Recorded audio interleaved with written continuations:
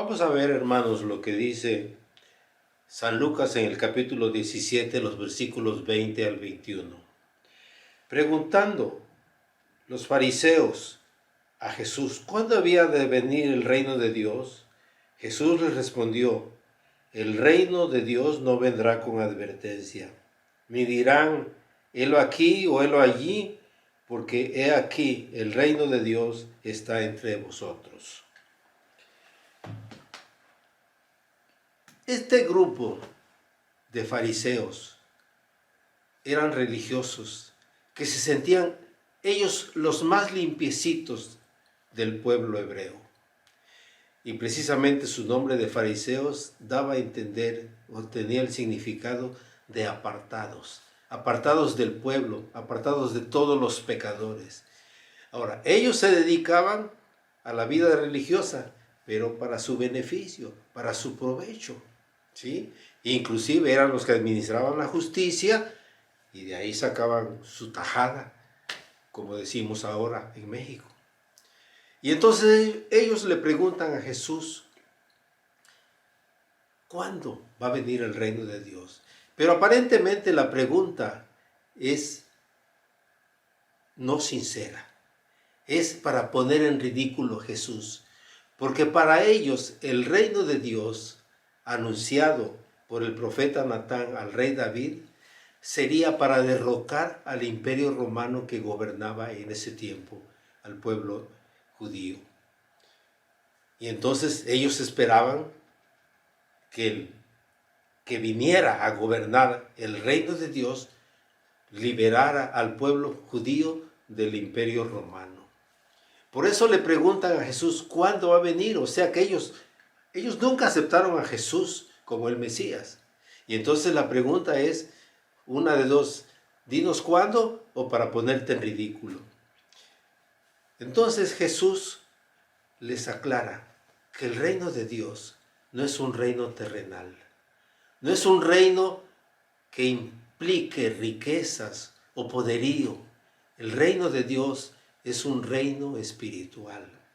El reino de Dios es cuando Dios viene a gobernar tu vida, toma posesión de ti y tú por tu fe en Él te conviertes en ciudadano del reino de los cielos, del reino de Dios. Pero entonces aquí lo que Jesús aclara, no esperen que el reino de Dios sea un reino terrenal. No va a venir a apartar a los que nos están dominando como judíos. El reino de Dios es espiritual. Recordemos que ese mensaje de que el reino de Dios ya está aquí, que es lo que Jesús le responde a los fariseos, le dice, el reino de Dios ya está aquí, ya está entre vosotros.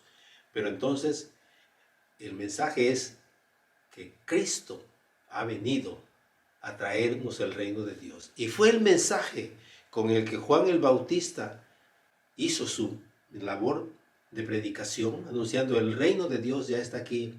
Arrepentíos porque el reino de los cielos se ha acercado.